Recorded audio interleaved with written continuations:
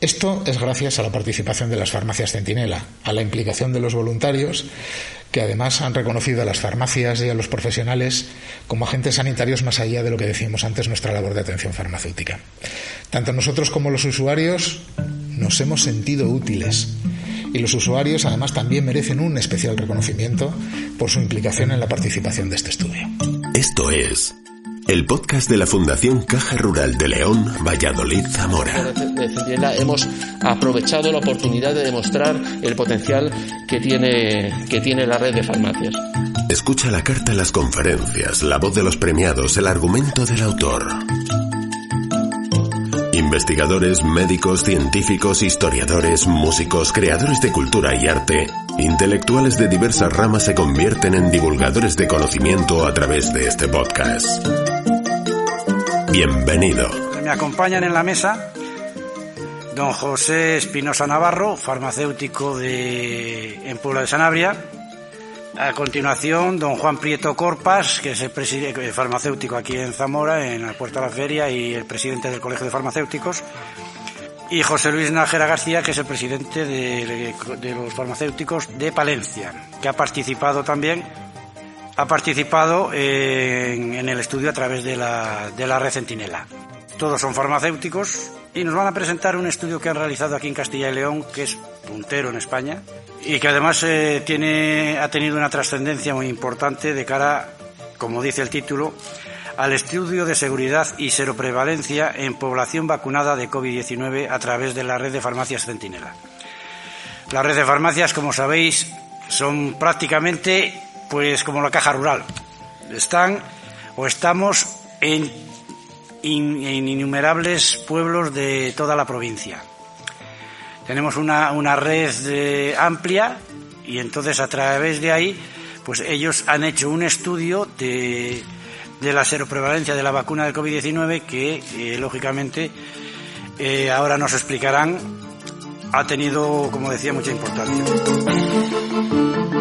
Muchas gracias al público por estar presente aquí esta tarde. Muchas gracias también a la Fundación Caja Rural. Como bien acaba de decir Feliciano, la farmacia y la Caja Rural casi se identifican en muchos aspectos. Yo lo he dicho muchas veces, están presentes en todo el medio rural y hay muchos pueblos en los que los únicos carteles luminosos que hay en el pueblo son el de Caja Rural y el de la farmacia, que curiosamente además son los dos de color verde. Y además desde hace mucho tiempo el Colegio de Farmacéuticos tiene un convenio con Caja Rural para satisfacer las necesidades de todos los colegiados y colaborar en muchos tipos de actividades que se organizan desde el colegio. Yo, como prolegómeno de este estudio de seroprevalencia y seguridad en el uso de las vacunas anti-COVID, que como pueden ustedes suponer, pues ha supuesto la principal arma para combatir esta pandemia que desde hace ahora 2 años pues nos tiene casi arrinconados y en un malestar tanto físico como psicológico casi sin precedentes. Entonces yo les voy a contar en qué consiste la red de farmacia Centinela de Castilla y León, porque como bien ha dicho Feliciano, es un estudio que es pionero en España, con un número de pacientes aproximadamente de 4.000 y realizado en un tiempo récord, y que ha servido para tomar decisiones muy importantes tanto a nivel autonómico como a nivel de la Agencia Española del Medicamento.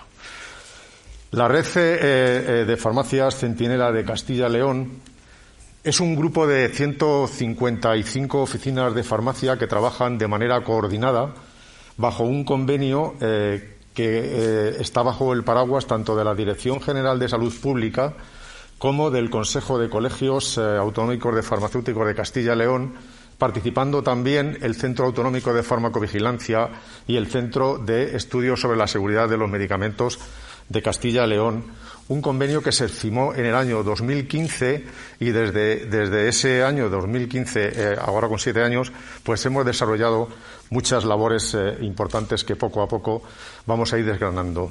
El paraguas que protege este convenio concierto entre la Consejería de Castilla y León y el Consejo de Colegios de Farmacéuticos de Castilla y León es una comisión de seguimiento que se reúne con una periodicidad de 2 meses al año y es donde se deciden el plan estratégico, las actividades que se van a realizar a lo largo de todo el año y donde se ponen en común los resultados que se van obteniendo.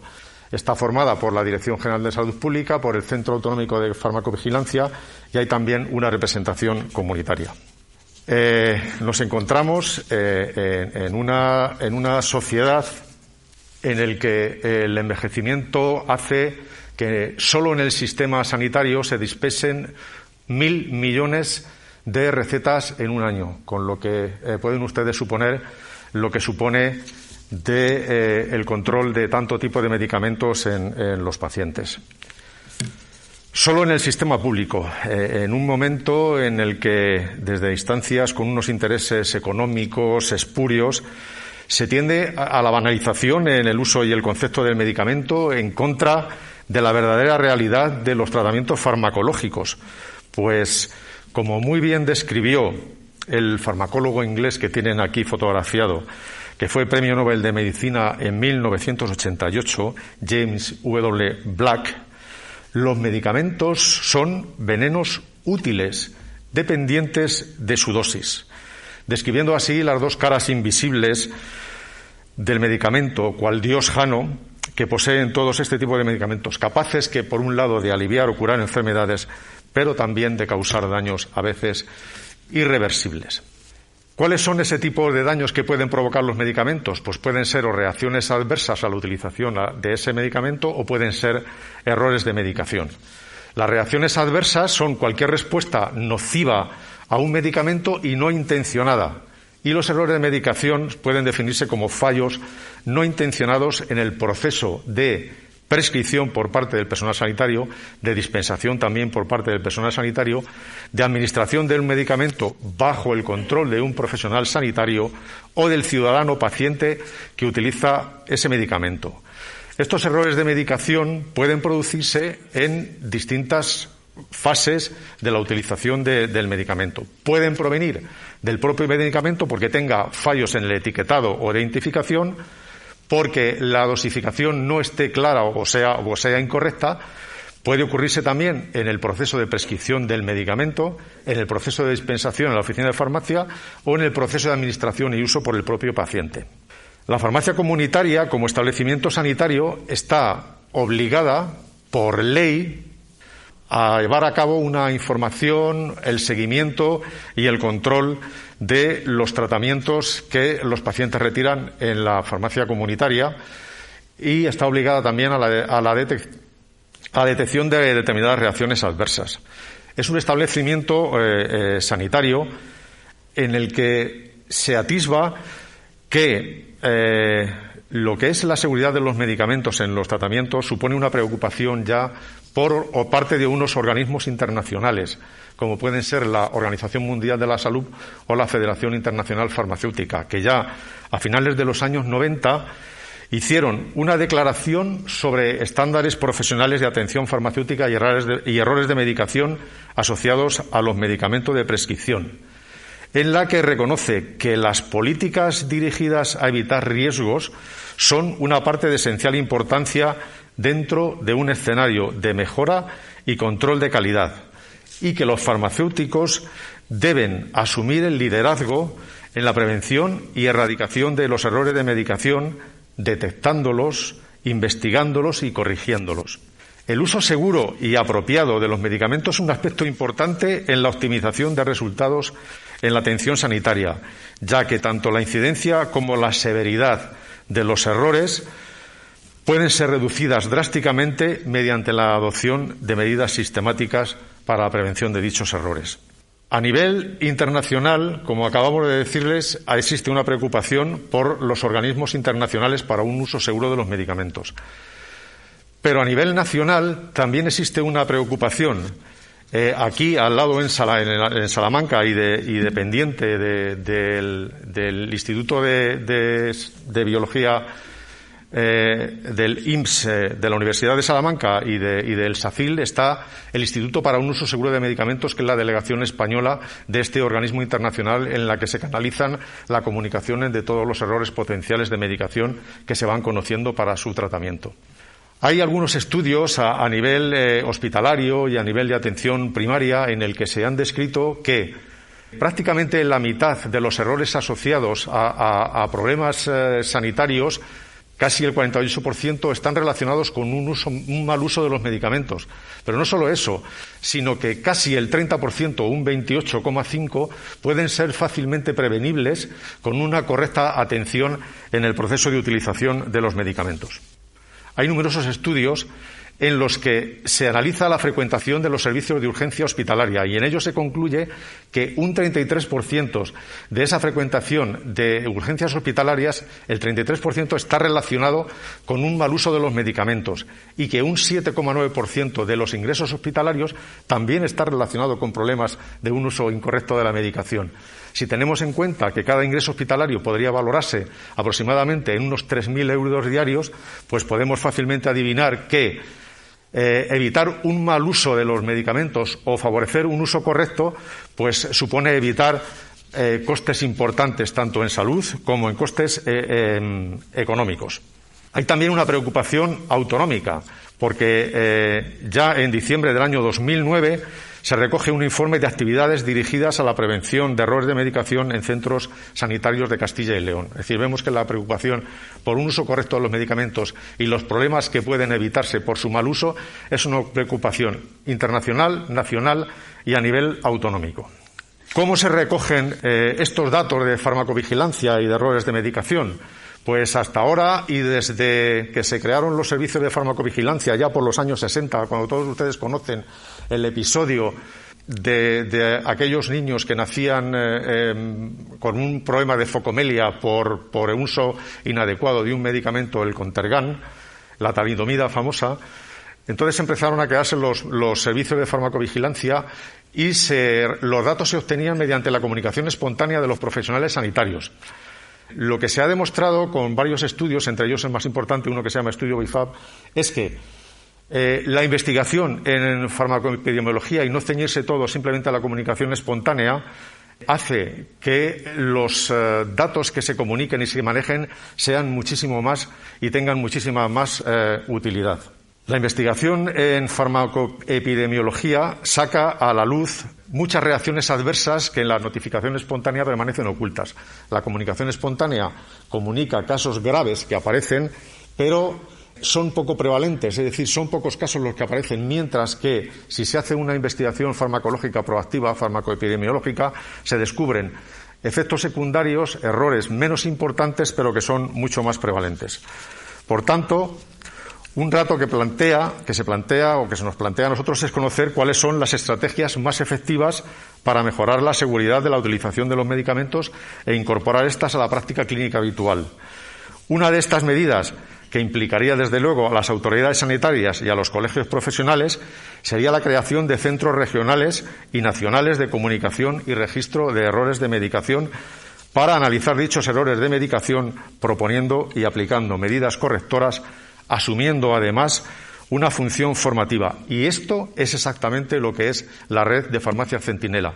Les he explicado a ustedes al principio que es una colaboración entre la Consejería de Castilla y León a través de la Dirección General de Salud Pública y a través de los colegios profesionales de farmacéuticos a través de CONCIL, con una actividad formativa, porque todas las farmacias, para poder ingresar dentro de la red Centinela, necesitan superar un curso de farmacovigilancia.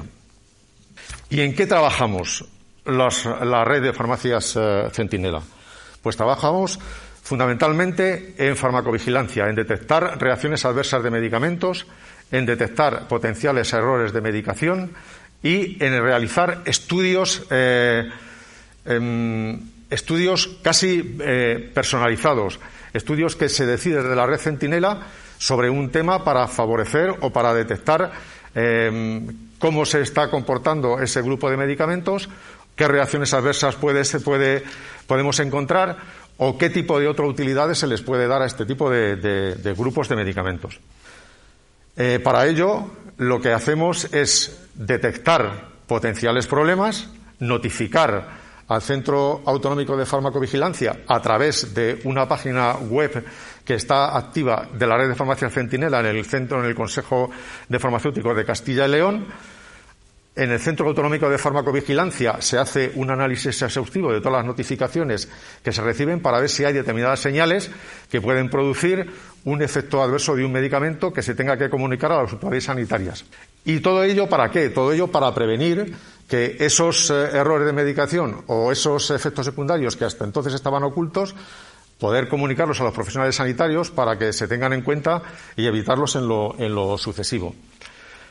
Para que vean ustedes cuáles son y vean que son los problemas de errores de medicación de los que les estoy hablando son muy comunes, pues aquí tienen ustedes la noticia de un famoso cantante que falleció en su casa por un error de medicación, porque en los tratamientos que tenía las drogas estaban etiquetadas con fármacos que tenían una potencia 50 veces menor de lo que realmente había en el envase. Los errores de medicación también pueden devenir desde el propio etiquetado del medicamento. Por ejemplo, o la propia presentación. En una encuesta que se hizo entre profesionales sanitarios de estas ampollas que ven ustedes en la pantalla y que son de uso exclusivamente oral, pues un 18% de los sanitarios contestó que eso se podría utilizar perfectamente por vía intravenosa o intramuscular. En la otra fotografía que tienen ustedes al lado no está puesta la vía de administración en el envase. Y bueno, recordarán ustedes que hace poco hubo unos casos de aparición de hirsutismo, de crecimiento anómalo de pelo en bebés que estaban siendo tratados con un medicamento, teóricamente con omeprazol, que se utilizaba para el reflujo de los bebés, pero que contenía un medicamento que se utiliza para la caída del pelo, que es el minoxidil. Todo había provenido de un error de etiquetado en la empresa que importaba desde China y desde India el principio activo. También habrán encontrado ustedes muchos tipos de envases de los medicamentos que inducen a error cuando se le dice o se le prescribe un jarabe y se tómese una cucharada cada X horas. Pero una cucharada, ¿qué es? ¿Una cucharada sopera? ¿Es una cucharada de café? Los distintos tipos de jarabes, cada uno tiene un tipo de cucharada, cuando en realidad lo que hay que tender es a decir tantos centímetros cúbicos cada X tiempo. ¿Pueden provenir los errores de medicación de una mala ortografía en la prescripción que induzca a una confusión? Aunque ahora con el sistema de receta electrónica, pues esto está muy disminuido. Pero bueno, todavía se siguen apareciendo errores en la posología. Aquí hay varios ejemplos. El metotrexato es muy conocido porque es un medicamento que se dosifica semanalmente. Hubo una temporada en la que había una confusión de los pacientes en las que en vez de una dosis semanal se tomaba una dosis diaria. Y bueno, luego les enseñaré a ustedes una fotografía para que vean que se consiguió no solo cambiar el envase, sino además rotularlo con dosis semanales. El caso de la colchicina de un paciente que falleció en Valladolid no hace muchos años porque se intoxicó con el medicamento de colchicina, un medicamento que se utiliza contra la gota. Y bueno, pues lo que es una mala praxis y que lleva un error de medicación, una llamada telefónica a un médico amigo, mira, tengo un ataque de gota, mañana tengo un partido de golf, yo siempre me tomo la colchicina, vale, te voy a prescribir una colchicina y ya sabes cómo te la tienes que tomar porque te la has tomado más veces, ya sabes, una cada cuarto de hora, hasta un máximo de 4 comprimidos, cosa que ya él no entendió y se tomó un comprimido cada cuarto de hora hasta que acabó la caja. Cuando el paciente acudió a urgencias al hospital de Valladolid, pues sabían que la solución, que no tenía solución, no era irreversible, como al día siguiente falleció. Errores en la prescripción, pues todavía se siguen produciendo, con lo cual estos errores hay que filtrarlos.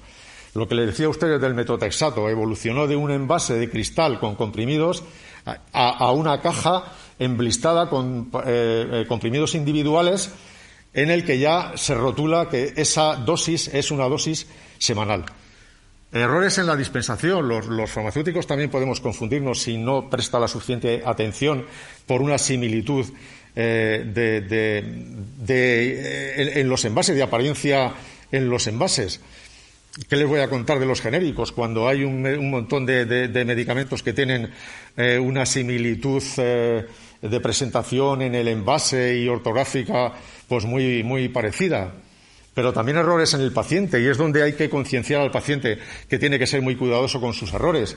Esta noticia apareció en un periódico diciendo una intoxicación de niños en Granada porque habían confundido medicamentos con gominolas.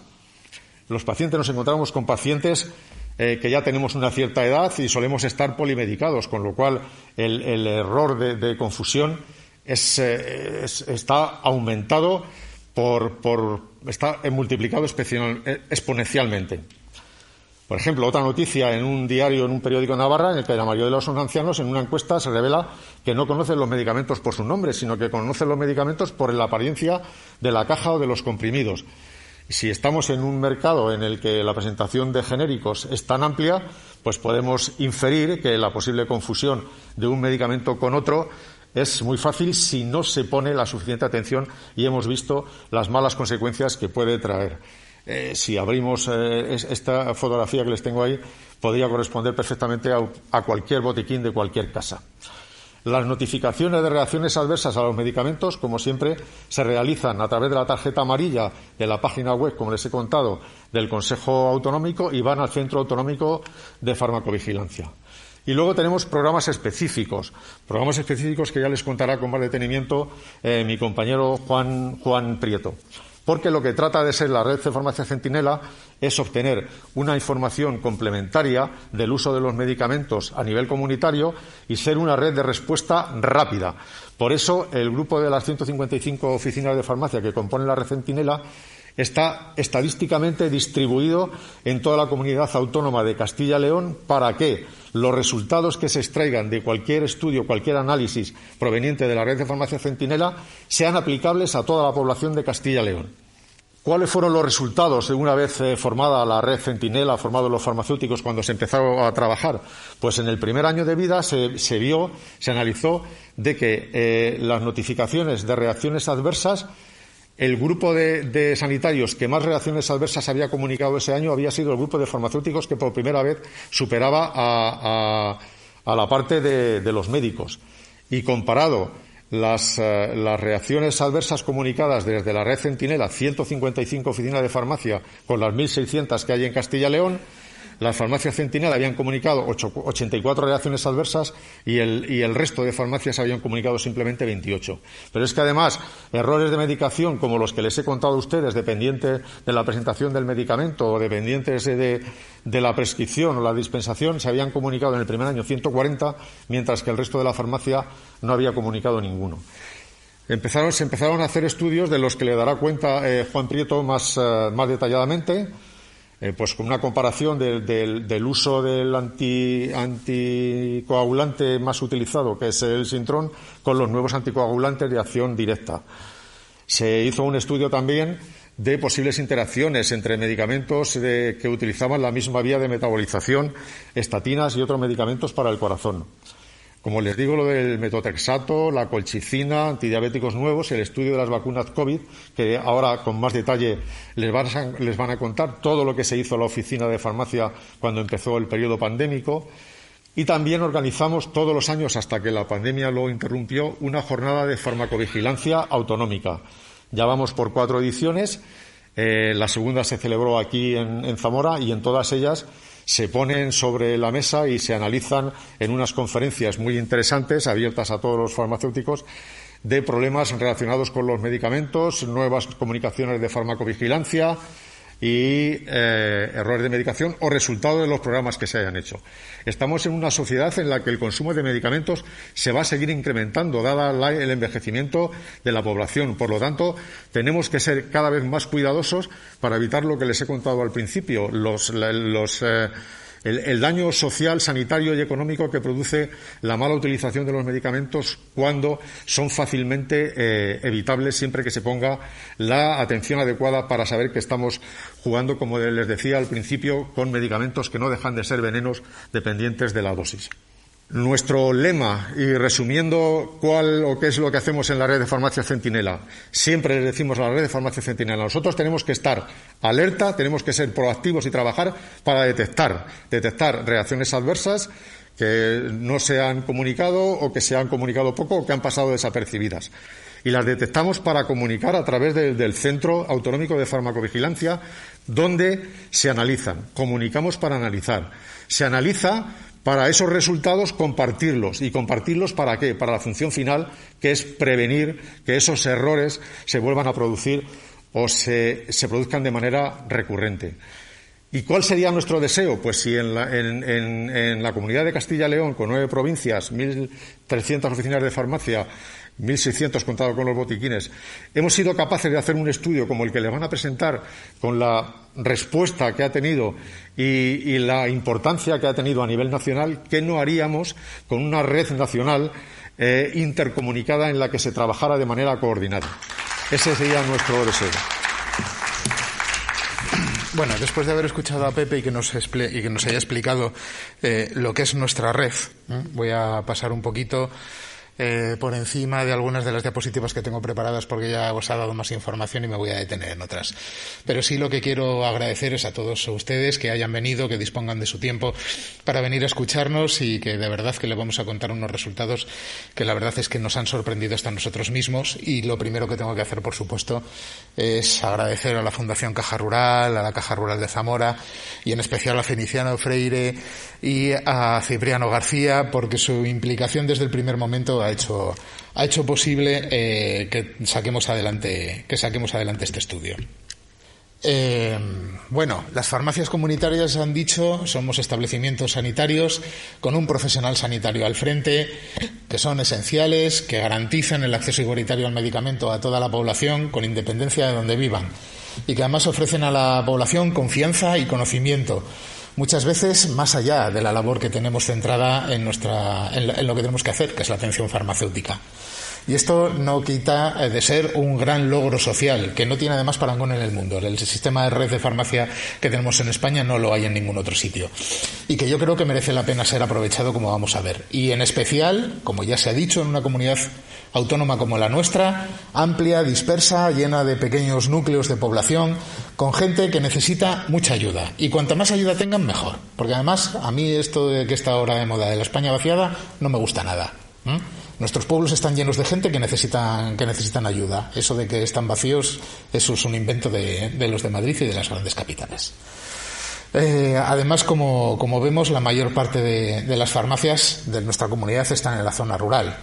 Y eso significa que garantizamos que todo el mundo, el 90%, 95% de la población de Castilla y León, tiene a menos de 10 minutos de su casa una farmacia. ¿Qué es lo que estamos haciendo en la red Centinela? Ya lo ha contado Pepe. Desde 2014, muchas actividades muy diversas. Voy a contar alguna cosita sobre, no tan relacionadas con lo que hemos estado viendo, sino unas cosas que van un poquito más allá, como cuando le echamos una mano a la administración para ver en la retirada de un antihipertensivo que hubo por una contaminación, que parecía que íbamos a tener que retirar todo, que no iba a haber valsartán para todo el mundo. Y la Administración recurrió a la red de farmacias Centinela porque esa manera de distribución que tenemos garantizaba que era representativa estadísticticamente, de manera que analizando si se disponía de valsartán en esas farmacias para cubrir las necesidades de la población, veíamos si no había que retirar ese medicamento de los sistemas de prescripción, lo que hubiera provocado que todas esas personas tuvieran que ir al médico a hacer una reevaluación de su hipertensión, con lo cual en aquella época todavía no había colapso, pero posiblemente se hubiera provocado un colapso de la sanidad en ese momento.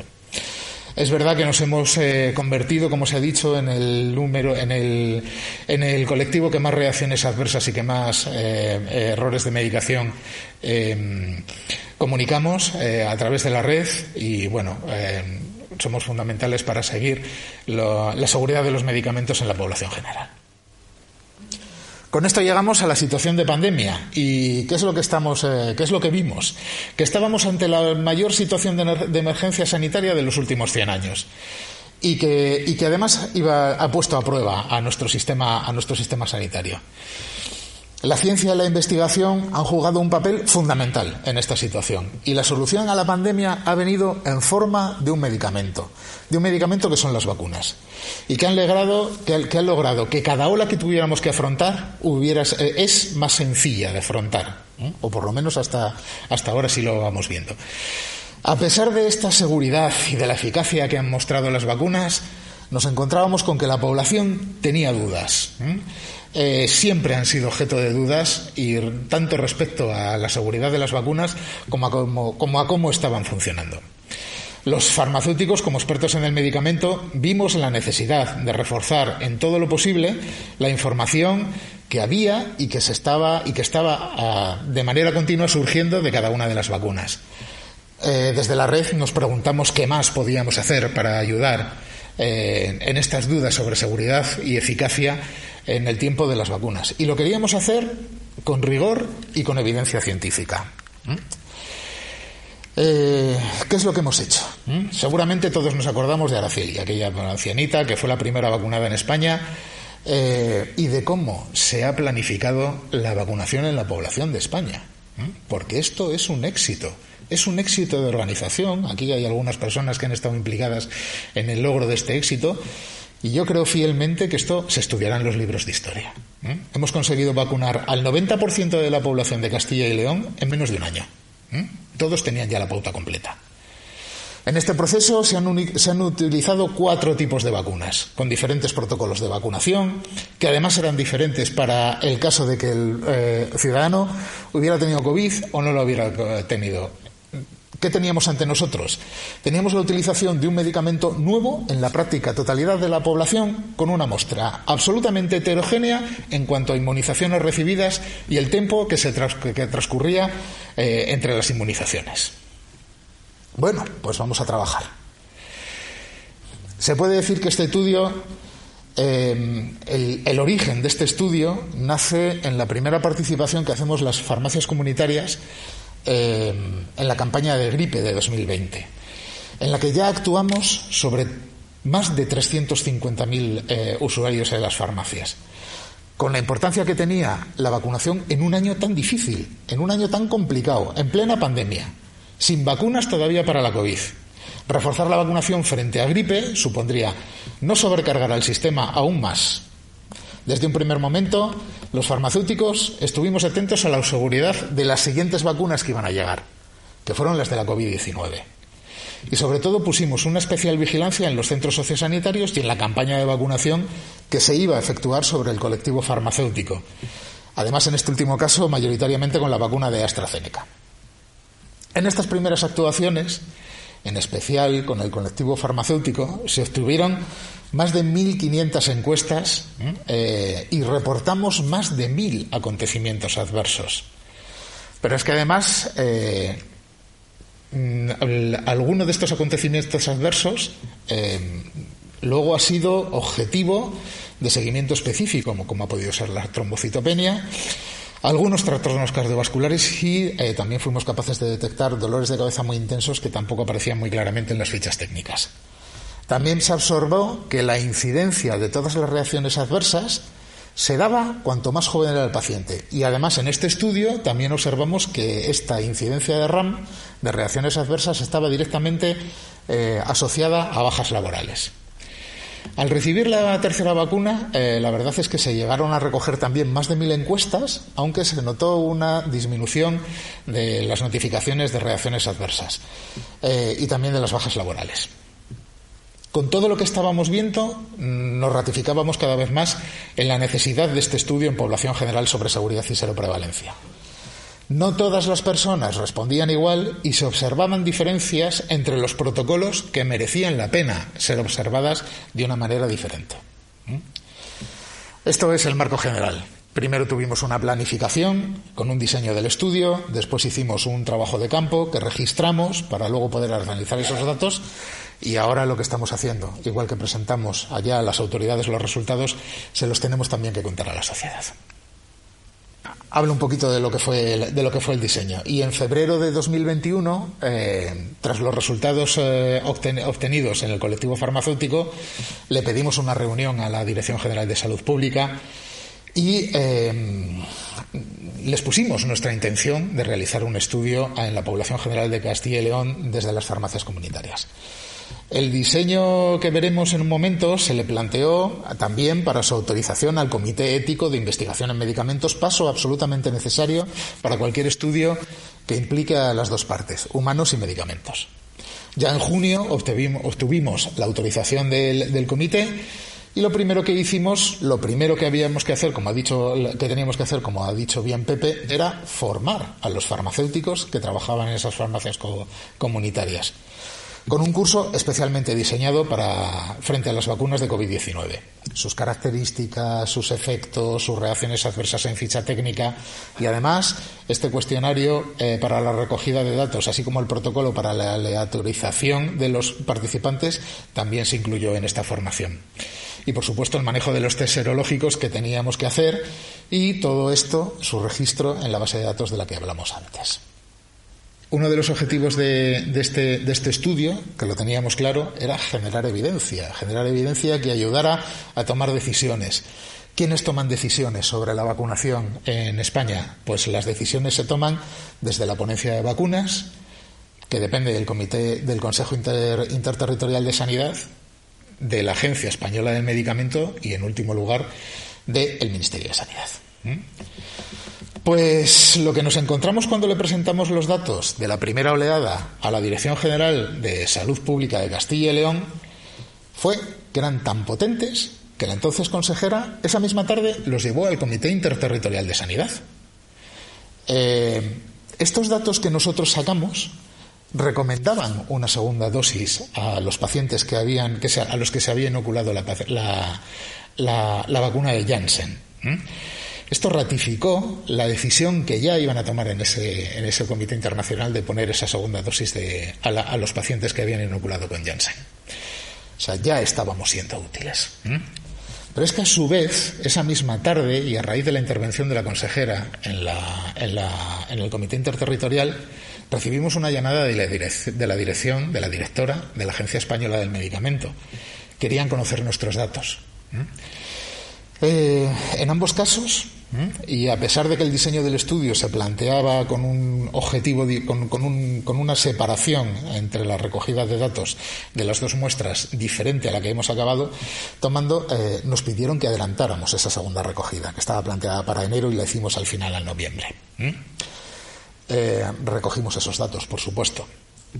Los resultados se los presentamos ya al nuevo consejero y a la nueva directora de Salud Pública de Castilla y León, y también a la Agencia Española del Medicamento. Ellos nos hicieron una serie de sugerencias de posibles caminos a seguir en determinadas reacciones adversas que se habían detectado y que no se reflejaban en las fichas técnicas, y también sobre la seguridad sobre la eficacia de las vacunas en determinados colectivos. Esto será nuestro siguiente paso. Estamos ya trabajando para tener esos datos y para poderlos mostrar. Con lo cual, nuestro objetivo inicial, que era aportar evidencia científica desde la comunidad, desde la farmacia comunitaria, lo hemos logrado. Y además ha sido útil para la toma de decisiones de la gente que tiene que tomarlas. Esto es un poquito como hicimos el estudio. Participaron 121 farmacias, se recogieron prácticamente datos de 4.000 pacientes, que se dice pronto, 4.000 pacientes. El diseño se hizo para hacer una primera recogida de datos cuando ya hubiéramos vacunado alrededor del 50% de la población en Castilla y León, cosa que sucedió hacia finales de junio o julio del 21, y se planteó un grupo control que era la población no vacunada. Además, analizando este grupo, podríamos ver la inmunidad que se genera por exposición al virus, tanto en personas que lo tenían diagnosticado como en esos no diagnosticados asintomáticos, y el resultado que nos salió es el que luego han marcado los diferentes estudios que hemos podido ir viendo. También se recogía también para cada paciente si había pasado o no COVID, para poder estudiar las diferencias entre población infectada o no infectada. La aleatorización se hizo en base a la edad de los pacientes y asignamos un máximo de 30 a 35 pacientes por oficina de farmacia para facilitar la labor. Al final, tras la modificación de tiempos que nos propusieron las autoridades, se pasó esta variación al comité ético, que por supuesto nos la aprobó, y se tomaron dos muestras en dos puntos temporales diferentes que distaron cada uno el uno del otro 4 meses. Es evidente, la toma de muestra fue un éxito en ambos casos. Hemos estado por encima del objetivo hemos casi llegado al objetivo de los 4.000 pacientes, prácticamente 90% de nuestro objetivo cubierto. Pero además, ¿por qué las farmacias son el lugar ideal para este tipo de estudios? Pues como podemos observar, cuando queremos hacer estudios observacionales, muchas veces se limita a la población que acude a los hospitales y que es población enferma, o a los centros de salud. Sin embargo, a las farmacias viene otra serie de población que no está enferma, que viene hasta por un cepillo de dientes. Demostrar nuestra capacidad de registro de datos acordes con la población general, lo vemos más real desde la oficina de farmacia. Es verdad que además la gente va más a las farmacias que a otros centros, que a otros establecimientos y centros sanitarios, con lo cual tenemos una población diana más alta para hacer la captación de los pacientes. Además, tenemos la figura del farmacéutico, una persona que genera confianza, que además es accesible, especialmente en la zona rural, donde muchas veces es el único establecimiento sanitario que ha permanecido abierto durante más horas. Los consultorios pues han estado ahí con horarios más limitados, incluso hemos tenido dificultades de acceso. Pero vamos más allá. Que la recogida de muestra la hayamos conseguido solo hacer en 10 días es algo que, bueno, da idea de lo que acabamos de decir. Supimos adaptar el estudio a las peticiones que se nos fueron haciendo y hemos demostrado nuestra capacidad de adaptación, de ser flexibles y de convertir sugerencias en realidades, de una manera además rápida. Conseguir ese tamaño de muestra en muy poco tiempo es muy difícil y además de manera voluntaria. Esto es gracias a la participación de las farmacias Centinela, a la implicación de los voluntarios, que además han reconocido a las farmacias y a los profesionales como agentes sanitarios más allá de lo que decíamos antes, nuestra labor de atención farmacéutica. Tanto nosotros como los usuarios nos hemos sentido útiles y los usuarios además también merecen un especial reconocimiento por su implicación en la participación de este estudio. De manera muy rápida el diseño del estudio. Planteábamos captar los 4.000 pacientes con el objetivo de analizar datos sobre seguridad y eficacia de las vacunas frente a COVID-19. Se recogieron datos de población, de edad y de sexo. El estudio de seguridad se hizo mediante un cuestionario de los efectos adversos que se recogían en las fichas técnicas de cada una de las vacunas y un campo libre para registrar alguno que viéramos que no aparecía en esas fichas técnicas, diferenciando entre la población que había pasado COVID y que no había pasado COVID. Para obtener los datos de eficacia de las vacunas utilizamos test serológicos que detectaban la presencia de anticuerpos frente a COVID-19. Para las personas que no estaban vacunadas utilizamos test que detectaban de manera específica los anticuerpos generados frente a las proteínas de la infección natural. O sea, solo detectaban a las proteínas de los virus, frente a las personas que ya estaban vacunadas, que cumplían los criterios de tiempo necesario para la generación de anticuerpos, frente a las proteínas de las vacunas. Utilizamos unos test que detectaban anticuerpos generados frente a las proteínas de las vacunas de manera exclusiva. Y en ambos casos, por supuesto, se aplicó un protocolo en caso de que detectáramos a un paciente con una infección activa. Con todos estos datos registrados por las farmacias, nos pusimos unos objetivos. Queríamos ver cuál era el protocolo más seguro frente a la COVID-19. La posible influencia en la eficacia de la edad y el sexo, tanto en eficacia como en seguridad. Por supuesto, identificar nuevas reacciones adversas como profesionales, que estamos obligados a hacerlo, y también queríamos ver la inmunidad en el tiempo, la duración de la inmunidad como respuesta de anticuerpos frente a la vacuna. Y yo creo que ya he terminado. Así que ahora os voy a dejar con lo más interesante, que son los resultados que os los va a dar José Luis Macera. Me uno a las felicitaciones y agradecimientos de mis compañeros y, como decía Juan, a mí me toca contaros pues la parte más interesante, sobre todo porque después de oírles la importancia que tiene la red de farmacia Centinela y el diseño del estudio, lo que pensamos que es más interesante es saber para qué ha valido o cuáles son los datos que hemos obtenido de este trabajo. Y os voy a mostrar los datos tanto de eficacia en cuanto a la generación de anticuerpos por parte de la población vacunada y de seguridad en cuanto al número de reacciones adversas que hemos detectado en la población vacunada.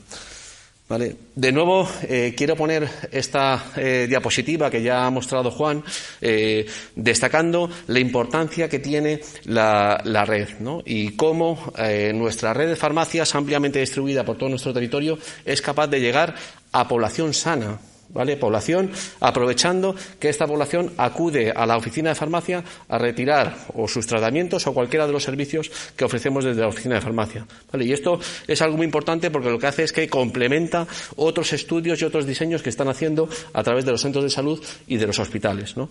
Además, aprovechamos las características propias de las oficinas de farmacia, que es la accesibilidad, la confianza que el farmacéutico genera en la población, porque son pacientes que acuden de forma periódica y constante todos los meses, y la profesionalidad que tiene el farmacéutico.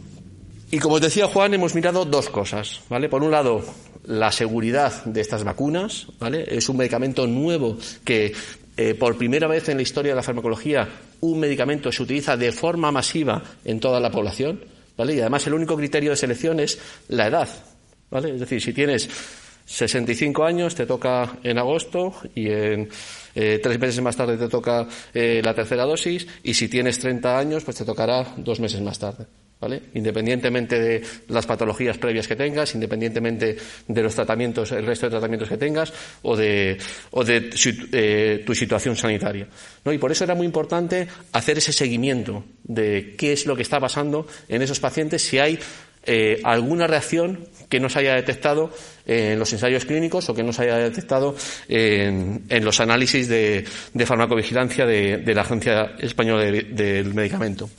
Y luego, otra pregunta que estaba en boca de todos los ciudadanos: ¿son eficaces las vacunas? ¿Es necesario vacunarnos?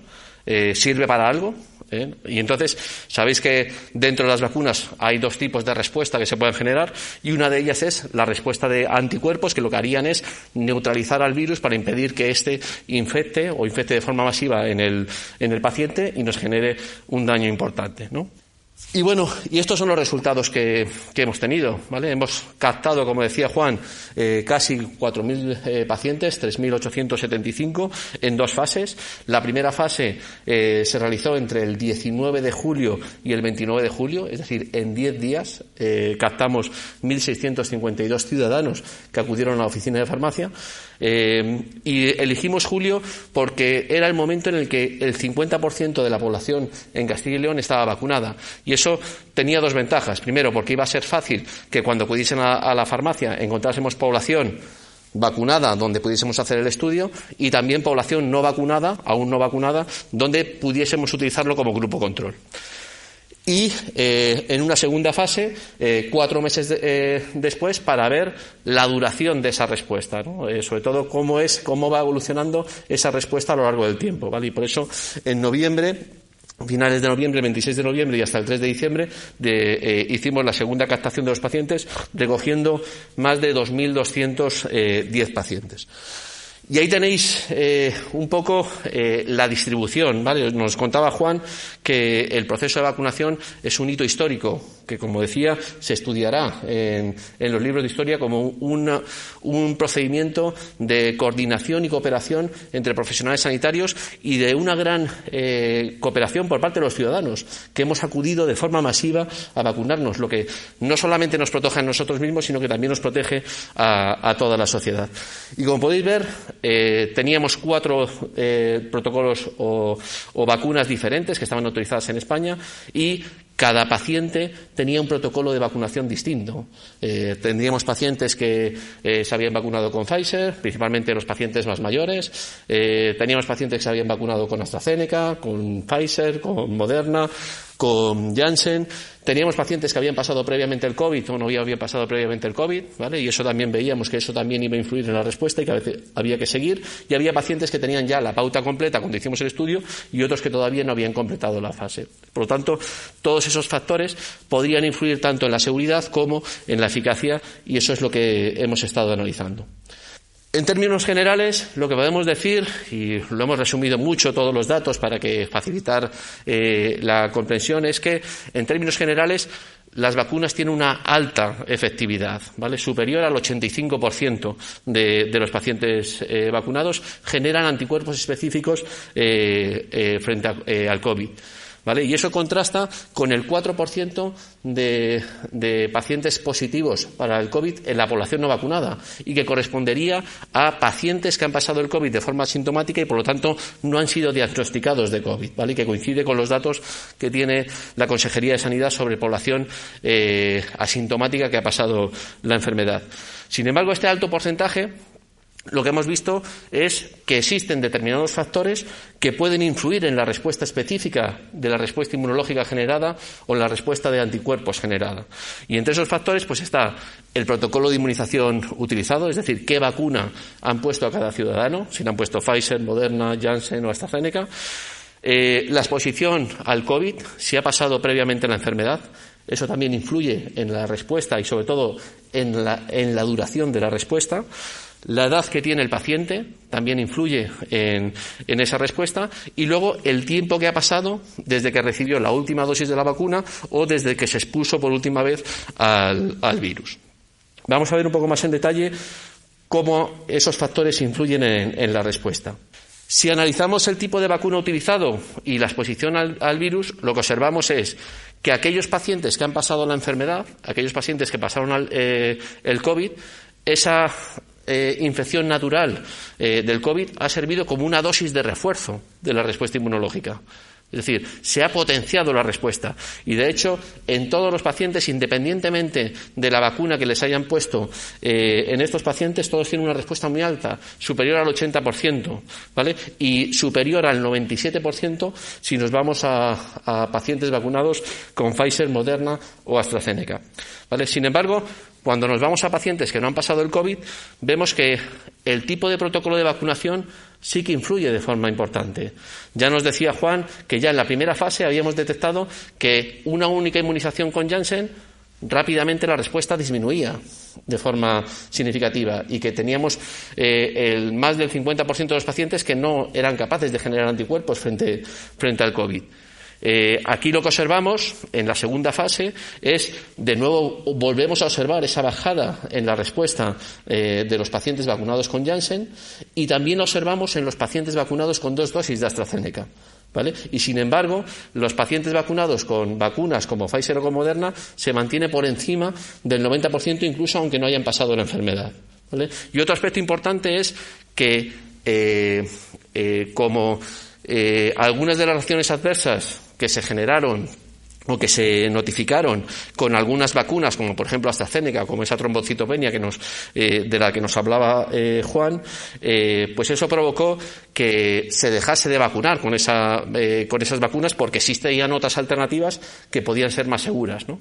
Y entonces también teníamos una parte de la población que recibió vacunación heteróloga, es decir, primero recibieron dosis de AstraZeneca y luego continuaron con dosis de Pfizer o con dosis de Moderna, es decir, combinábamos los diferentes protocolos. Y una de las cosas que hemos observado es que cuando combinamos esa respuesta, la respuesta, a pesar de ser vacunas completamente diferentes, se potencia y es superior al 90%. ¿Vale? Por lo tanto, el protocolo de vacunación sí que influía, ¿no? Y nuestros datos lo que indicaban es que tanto los pacientes que se habían vacunado con Janssen como los pacientes que se habían vacunado con 2 dosis de AstraZeneca deberían tener una tercera inmunización con vacunas basadas en ARN mensajero, tanto Pfizer como Moderna, para potenciar y mantener esa respuesta durante un mayor número de tiempo, que es lo que se está realizando. En cuanto a la edad, pues también aquí vemos diferencias, ¿vale? Aquí hemos agrupado los datos para que se visualicen mejor en vacunas basadas en ARN mensajero, que es una nueva técnica que se ha utilizado para la generación de vacunas, ¿vale? Que son las vacunas de Pfizer o de Moderna, que están en azul, donde la respuesta en los diferentes tramos de edad, lo que hemos hecho aquí es dividir a la población en función de su edad y ver si en los distintos tramos de edad son capaces de generar anticuerpos específicos frente al COVID. Y lo que vemos es que en todos los tramos de edad la respuesta es superior al 80% cuando vacunamos con Pfizer o con Moderna. Y sin embargo, cuando analizamos a las vacunas basadas en vectores virales, tanto Janssen como AstraZeneca, la respuesta es significativamente menor, ¿vale? Inferior al 75%, y que además esa respuesta es inferior cuanto más joven es la población. De hecho, si nos fijamos en el primer grupo, vemos que la respuesta en la población de 18 a 30 años solamente alcanza el 48% de pacientes que son capaces de generar anticuerpos frente a la vacuna.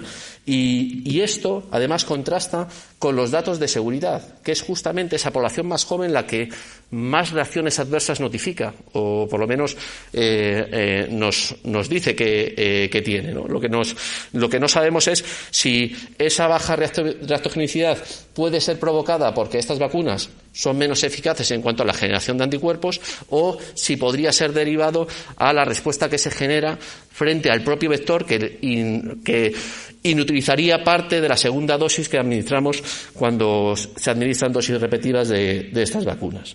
Otro aspecto muy importante era saber la duración de la respuesta, ¿vale? Porque en función de esa duración de la respuesta es lo que va a determinar cuándo nos deberíamos poner la siguiente dosis, ¿vale? Cuándo deberíamos ponernos la tercera, la cuarta o la dosis que corresponda, ¿no?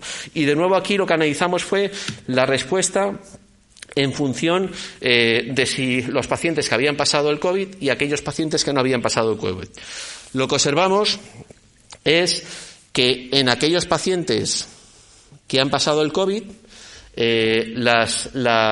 los pacientes que han sido vacunados con vacunas basadas en ARN mensajero, tanto Pfizer como Moderna, la respuesta se mantiene estable y prácticamente al 100% en la mayor parte de los individuos, ¿vale? Y al menos durante 11 meses, que era el tiempo que había pasado desde que se comenzó a vacunar a la población, ¿vale? Por lo tanto, la respuesta se mantiene muy estable en el tiempo, y esa inmunización natural se vería de refuerzo para continuar, lo que nos indicaría que pacientes que se hayan vacunado con estas vacunas y que hayan pasado el COVID podrían esperar para ponerse la siguiente dosis. Esto mismo lo observamos con las vacunas basadas en vectores virales, que es la línea roja que podéis ver aquí, pero esa respuesta se mantiene únicamente hasta los 8 meses. A partir de los 8 meses ya vemos que hay una caída en la respuesta inmunológica, y ese sería el momento en el que tendríamos que reforzar la inmunización en esos pacientes para seguir manteniendo una respuesta estable inmunológica. Cuando nos vamos a la población que no ha pasado la enfermedad, pues vemos que esa respuesta disminuye de forma considerable, ¿vale? Y la respuesta se mantiene entre 6 y 7 meses cuando los pacientes han sido vacunados con Pfizer o con Moderna, y entre 3 y 4 meses cuando los pacientes han sido vacunados con AstraZeneca o con Janssen, ¿vale? Lo que también nos indicaría cuándo deberíamos poner la inmunización, ¿vale? Y de hecho, estos datos pues han sido tenidos en cuenta por las autoridades sanitarias para la planificación de las siguientes dosis. En cuanto a los datos de seguridad, pues aquí hemos tenido una respuesta amplísima, ¿vale? Tenemos 4.000 pacientes, se les ha pasado un cuestionario con todas las principales reacciones adversas que estaban descritas en ficha técnica, incluso algunas que iban apareciendo y que van surgiendo a lo largo de todo el estudio, ¿no? Y de nuevo, hemos comparado si esa seguridad o esas reacciones adversas notificadas por los pacientes podrían influir por la edad, por el protocolo de vacunación o por la dosis administrada, ¿vale? En esta diapositiva lo que podemos ver es el resumen de todos los niveles de seguridad que hemos analizado en el estudio, ¿vale? Se han notificado más de 4.100 acontecimientos adversos, ¿vale? Lo que viene siendo más o menos casi 2 reacciones adversas por paciente vacunado. La gran mayoría de esas reacciones adversas son reacciones adversas leves, todas ellas transitorias y que desaparecen en las primeras 24 o 48 primeras horas. Pero también hemos notificado 2 reacciones adversas graves que requirieron que el paciente acudiese al centro de salud, incluso alguno tuviese que acudir al hospital para hacer la supervisión de esas reacciones que habían aparecido. Como sabemos el número de reacciones adversas que se han notificado para cada protocolo de vacunación, lo que podemos establecer es qué protocolo de vacunación es más seguro en cuanto a qué protocolo de vacunación notifica menos reacciones adversas los pacientes, ¿no? Y así podemos establecer que la vacuna más segura en cuanto a menor número de acontecimientos adversos por paciente serían las vacunas de Pfizer, tanto 2 o incluso 3 dosis de Pfizer, ¿vale? Que tendrían 1,1 notificaciones adversas por paciente vacunado. Luego le seguirían Janssen y AstraZeneca, luego Moderna y finalmente la combinación heteróloga de distintos tipos de vacunas combinados, donde podemos tener hasta casi 4 reacciones adversas por paciente, ¿vale?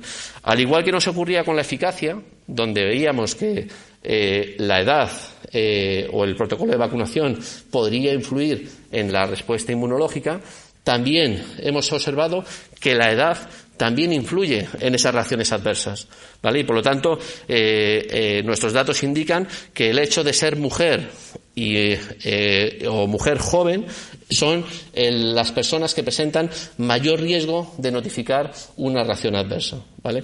A pesar de todas estas notificaciones de reacciones adversas, podemos decir que todas las vacunas son seguras, pero que esa seguridad se observan diferencias dependiendo tanto del protocolo de vacunación utilizado como del sexo o la edad que tenga el paciente que va a recibir la vacunación. Y otro aspecto también importante del estudio fue determinar qué pasaba con los pacientes que incluso estando vacunados se infectaban por COVID.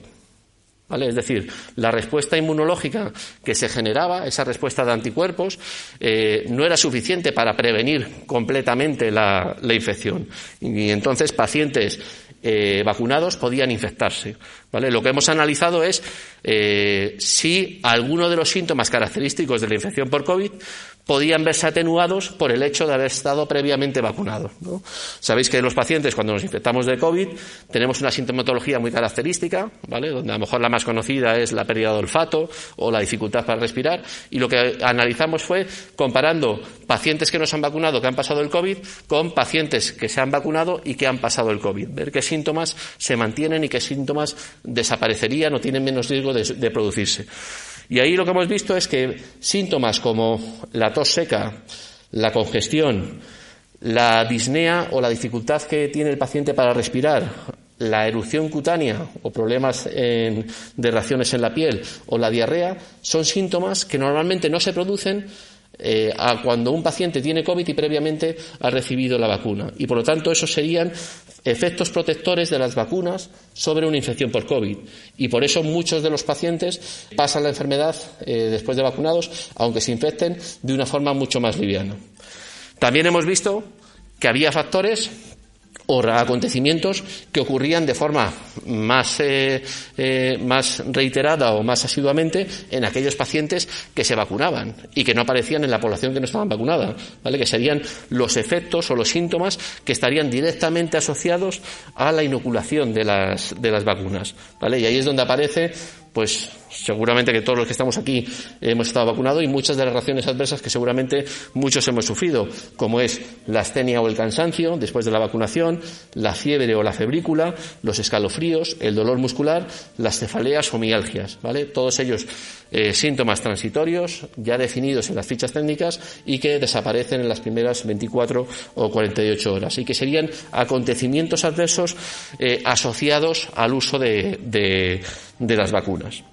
Y ya para acabar, bueno, pues un poco hilando con lo que han contado tanto Pepe como Juan.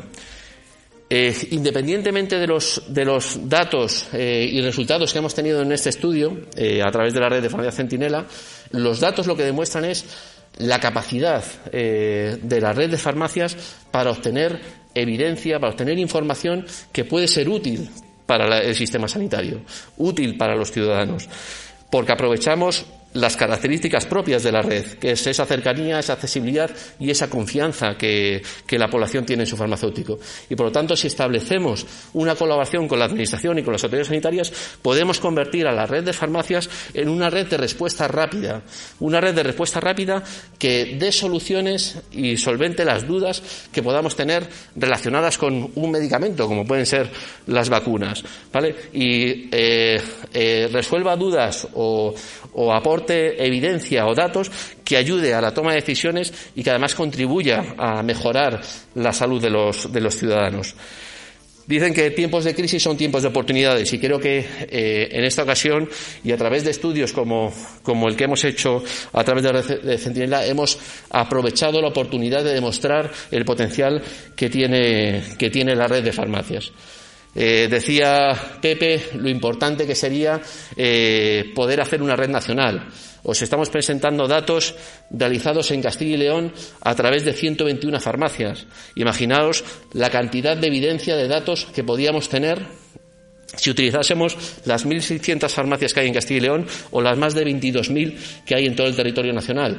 La cantidad de cuestiones y dudas que podíamos resolver a través de nuestra red de farmacias.